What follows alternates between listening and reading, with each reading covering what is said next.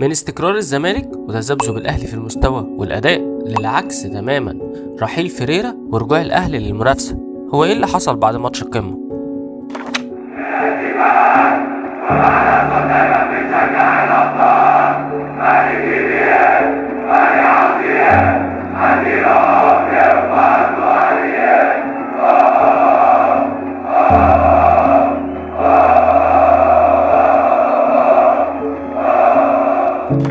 بص يا صديقي، أنا هتكلم عن الماتش من وجهة نظر مختلفة شوية، وتتفق أو تختلف معايا أنا موافق، بس على الأقل اسمع وجهة نظري واكتب لي وجهة نظرك أنت في الكومنتات وهنتناقش.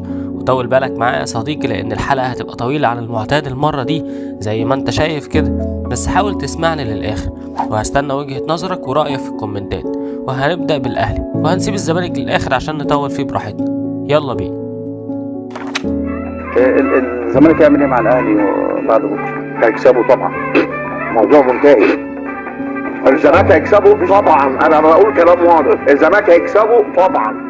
مبدئيا كده انا قلت بالنص في الفيديو اللي فات اللي هو فيديو ما قبل القمة، تقدر تشوفه من فوق هنا، ان الاهلي مش قدامه غير المكسب باي طريقة، وقلت كده بالنص الاهلي مش هيعترف بالحالة اللي هو فيها ولا بالنتائج ولا بالاداء السيء. الاهلي هينزل يكسب وبس، لان ده طوق النجاة الوحيد اللي قدامه. وتقدر ترجع تتفرج على حلقة كاملة هتلاقيها ظاهرة فوق على اليمين اهي، وده ليه سبب بسيط جدا، هو ان الاهلي فيه كمية عدم استقرار غير طبيعية، من رحيل الخطيب، انتخابات رئاسة النادي، مشكلة حسام عاشور، وده اللي على المستوى الاداري بس، انما على مستوى الفريق فحدث ولا حرج، من مشكلة زيزو اولا، مشاكل في اوضة اللبس لاصابة امام عاشور بفيروس في المعدة. طبعا هنا الكرة ملهاش علاقة، لازم نتمنى الشفاء لإمام ويرجع أحسن من الأول إن شاء الله. إمام أفضل لاعب في الأهلي وفي الدوري بدون نقاش وبكل حيادية طبعا. سلامة اللعيبة ملهاش علاقة بالكورة، وده لازم نأكد عليه أكتر من مرة. اللعيبة نزلت الماتش وهي عندها كمية ضغط كبيرة جدا، والماتش كان هيروح منهم، وخصوصا إن الزمالك جاله فرصتين بهدفين لعدي الدباغ وناصر ماهر. وهنيجي للزمالك بكل التفاصيل عشان في كلام كتير قوي هنقوله، بس خلينا نكمل في الاهلي دلوقتي. الشوط التاني اللعيبه اتغسلت حرفيا من النحاس، وكان باين عليهم قوي ان هما مش هينفعوا يكملوا كده، وخصوصا ان هما خرجوا الشوط الاول 1-0 للزمالك ومنظرهم كان يعر الصراحه. فنزلوا الشوط التاني اكلوا الاخضر واليابس حرفيا، وده يودينا لحسين الشحات. حسين كان باين عليه قوي من اللقطه دي انه كان مجهز نفسه جسديا وعقليا، نازل عارف هو هيعمل ايه، مع ان في ناس كتير جدا ممكن تكون ما خدتش بالها اصلا ان حسين مكانه الاساسي جناح شمال مش جناح يمين مكان طاهر، بس هو ما فرقش معاه، هو محضر نفسه وعارف انه نازل يلعب على النتائج اللي واضح للاعمى انه مش في حالته خالص. فيريرا فعلا خرجه ونزل فتوح، بس بعد ايه يا حاج؟ ما كمل اول. ما علينا، لما نيجي نتكلم عن الزمالك بصراحه مستفزني جدا موضوع فيريرا ده، بحاول اكمل في الاهلي بس مش قادر الصراحه. نرجع للمهم وهنيجي لفريرا، ما انا كده مش هسيبه. رساله بس لحسين الشحات من مشجع زملكاوي، انا عارف انك لعيب جامد، ومش انا اللي هقول كده ولا اي حد هيقول كده، انت اثبتت اكتر من مره انك لعيب جامد، بس لما بتركز في الملعب بتبقى جامد. اللقطه ملهاش اي دعوه بالكوره خالص، واللقطه دي تحديدا ملهاش اي دعوه بالكوره، خصوصا ان الشخص اللي انت بتوجه له الاشاره دي قلب الدوري كله، افضل جناح في الدوري لحد دلوقتي، وانت اصلا بعيد جدا عن الملعب. فمش فاهم انت ليه بتعمل كده يا راجل، ده احنا لسه مخرجينك من مشكله الشيبي بالعافيه، ولا انت بتستغل انهم اجانب وكده، ولا المشكله فيهم ولا فيك؟ وانا مش فاهم المشكله فين. ركز في الملعب ارجوك وبلاش الحركات دي، احنا ما صدقنا الجماهير رجعت تاني. ومعلش رساله كمان لعماد النحاس والنبي، طاهر ما تصبش، كنت هتنزل الشحات ولا لا؟ عارف ان سؤال افتراضي، بس كلنا شايفين ان طاهر مش في افضل مستواه في الفتره اللي فاتت دي، بالرغم ان ده مستوى حسين الشحات. المفروض انت كنحاس شايف ده في التمرين، فالمفروض انك تعرف ترد على سؤالي.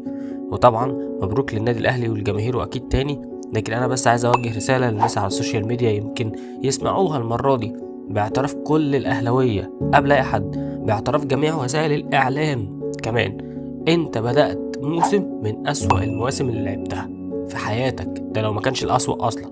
انت خسرت من بيراميدز بفضيحه، حاله فنيه وبدنيه اقل ما يتقال عنها انها سيئه، وفي كلمه تاني ما ينفعش تتقال، انت من ماتشين بس كنت 16 في الدوري.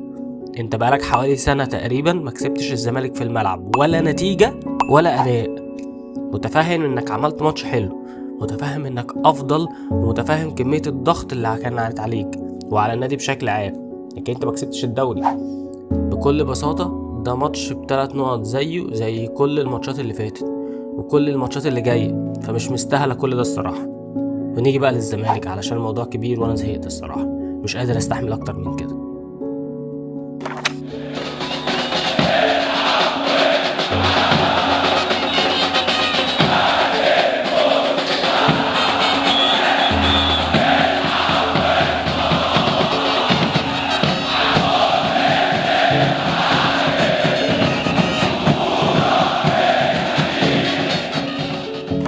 الواحد مش عارف يبدأ منين ولا منين في الزمالك الصراحة، بس أنا حابب أبدأ بفريرة طبعا.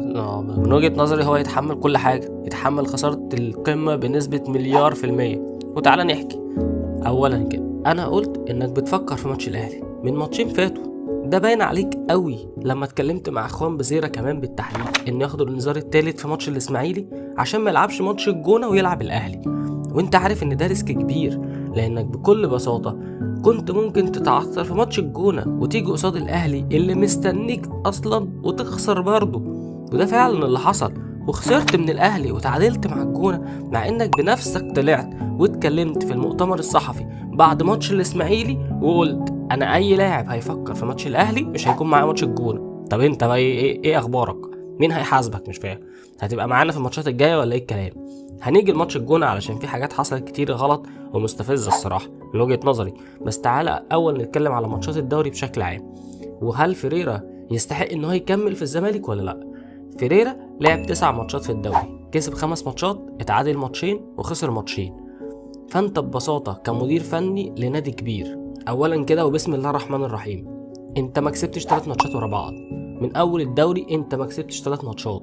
انت ببساطة رجعت الاهلي تاني للمنافسة ورفضت تستغل الحالة اللي هو فيها. بس المشكلة مش هنا، المشكلة انك لو رجعت اتفرجت على الماتشات وبدأت تحلل فني بدون عاطفة بقى، هتشوف ان انت دايما بتخسر من الدقيقة 70 تقريبا، باستثناء ماتش المقاولين لانك اتعادلت 0-0. لكن انت خسرت من وادي دجلة في الدقيقة 60 والدقيقة 66، انت خسرت من الاهلي في الدقيقة 71 والدقيقة 78، انت تعادلت مع الجونة في الدقيقة 68.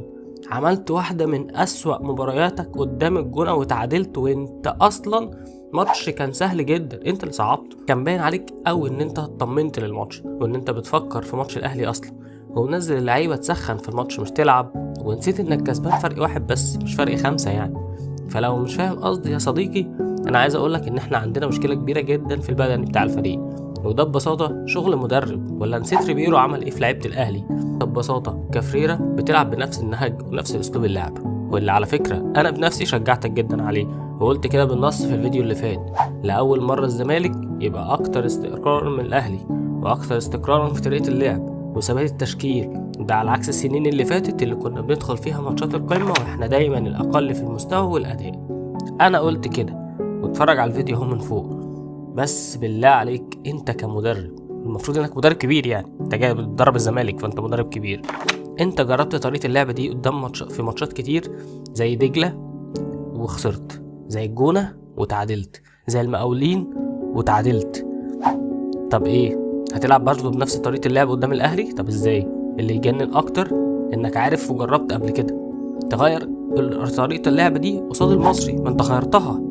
انت قصاد المصري ما لعبتش بنفس طريقة اللعب، غيرت طريقة اللعب.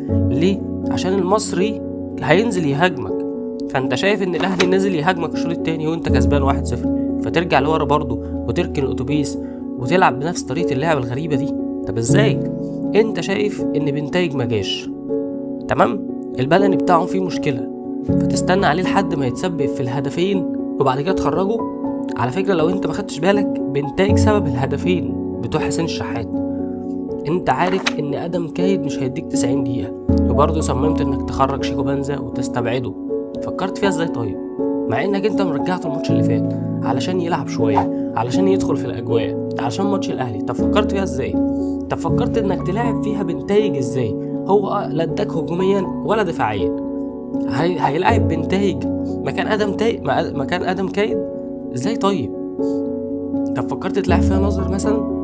يعني ده مثال ناصر ماهر، قلت كده مثلا طب اديك خرجته من الملعب اصلا، هتلعب فيها ازاي؟ ده انت حتى يا جدع سيف الجزيري خرجته من حساباتك. طب ايه فهمني معلش بس علشان احاول افهم كده. يعني انت منزل عبد الحميد معالي يلعب في نص الملعب مكان ناصر ماهر، هل ده منطقي؟ انت شفت عملتها ازاي دي؟ عبد الحميد معالي في نص الملعب، طب ازاي؟ فين احمد ربيع؟ ما انت عارف ان دونجا مصاب ومش هيكمل 90 دقيقه، ليه تستبعد احمد ربيع من الماتش؟ حاجات كتيره قوي تبين لك قد ايه فريرة عنده مشكله كبيره في اداره الماتشات الكبيره والصغيره الاتنين. ولكن هل ده كافي انه يمشي ولا لا؟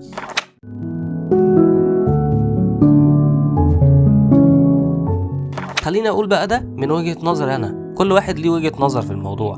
في وجهة نظر انا في الجزئية دي عشان ادخل منها على الادارة على طول، خليني اسألك سؤال يا صديقي الاول، هو ايه التارجت للزمالك السنة دي عايزه؟ يعني ايه تارجت الزمالك السنة دي؟ من وجهة نظري وبكل بساطة انك تبني فريق قوي تنافس وتتأهل لدوري ابطال افريقيا. ما قلتش تكسب الدوري، قلت تنافس على الدوري وتكسب ده وتتأهل لدوري ابطال افريقيا. طب ما تيجي كده نشوف وضع الزمالك في الدوري عامل ازاي. اولا كده وبسم الله الرحمن الرحيم، الزمالك لسه في صدارة الدوري، احنا لسه ما حصلش اي حاجة. عارف ان الاهلي لسه قدامه ماتش، بيراميدز لسه قدامه ماتشين، وتعالى نفترض ان الاهلي وبيراميدز كسبوا كل ماتشاتهم المتأجلة، هيبقى التالت بفرق نقطة عن الاهلي، واللي هيبقى في المركز التاني وبفرق 3 نقاط عن بيراميدز اللي هيبقى في المركز الاول. فاولا كده تارجت الزمالك هو المنافسة موجود وما راحش ولا حاجة زي ما بعض الناس بتقول يعني. طيب بالنسبة لبناء الفريق، احب اقولك ان الزمالك عنده نواقص واحنا عارفينها زي الباك اليمين مثلا والجناح الشمال، بس الزمالك دلوقتي بقى عنده قوام للفريق، قوام جيد كمان وفقا للمعطيات اللي موجودة والمشاكل اللي فيها النادي بشكل عام. انت بس كان عندك اصابات بشكل كبير فرقت معاك جدا زي محمد شحاتة، احمد ربيع، محمود جهاد، والونش اللي ابتعد، مع ان محمد اسماعيل عامل اداء جيد جدا الصراحة، وسيف الجزيري طبعا اللي نفسي يرجع. فانت وفقا للتارجت انت لحد دلوقتي محققه بنسبة جيدة، فانت مش بعيد قوي، انت مش بعيد خالص، بس انت محتاج تركز عشان تعرف تنافس، محتاج تعرف اخطائك عشان تعرف تصلحها وتعالجها. وهنا بقى انا هوجه كلامي للإدارة.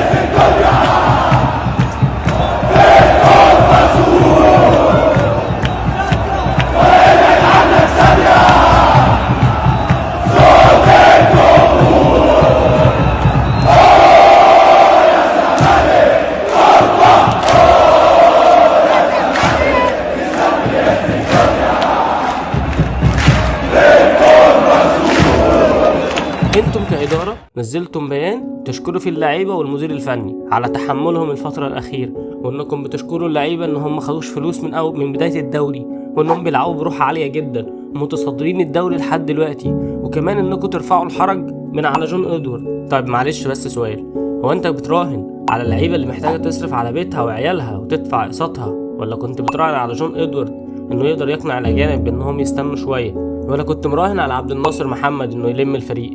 لا ثواني، اوعى تقول انك كنت مراهن على ممدوح عباس انه هيتبرع بفلوس تاني للنادي عشان الفريق هيلاعب الاهلي وكده. انا ممكن استوعب ده كله على فكرة، بس اوعى تقول انك كنت مراهن على ان الارض هترجع تاني للنادي يوم 1 اكتوبر عشان كده ذكرت ده في خطابك. طب تعالى اقول لك نتيجة رهانك ده ايه اللي حصل. اولا كده انت خسرت واحد زي شيكو بنزا بسبب المستحقات، انت خسرت نقطتين في ماتش الجونة، انت خسرت من الاهلي ورجعته تاني للمنافسة معاك. تحب اقول لك حاجة كمان، انت خسرت اللعيبة، الروح اللي كانت موجودة، عكست مشاكل الاهلي كلها وجبتها عندك، وحولت اوضه اللبس عندك لقمة المشاكل، لدرجة ان اللعيبة نفسها دلوقتي بتقول انها لو ما خدتش مستحقاتها هتقدم شكوى تاني في الفيفا. انا بس عايز افهم، هو انتوا ما تعلمتوش حاجة من مشكلة زيزو، من القضايا المرفوعة على الزمالك اللي انتوا نفسكوا كنتم تطلعوا كل شوية تتكلموا عنها؟ انا عارف ان الضغط كبير جدا عليكم بسبب كمية المشاكل الكتيرة اللي انتوا بتواجهوها، ولكن لازم تتصرفوا، لان الموضوع لو ما اتحلش في الوقت الحالي هيخرج عن السيطرة بشكل كبير جدا جدا جدا. وانا حاولت على قد ما اقدر في الفيديو ده ان ما جبتش سيرة اللعيبة خالص، وده بسبب ان انا عاذرهم بشكل كبير جدا لانهم عاملين اللي عليهم وزيادة. وارجع واقول تاني، انا هنا بقول رأيي انا وبس، وده وجهة نظري انا، وليك حق انك تختلف معايا، ومستني رأيك في الكومنتات. سلام.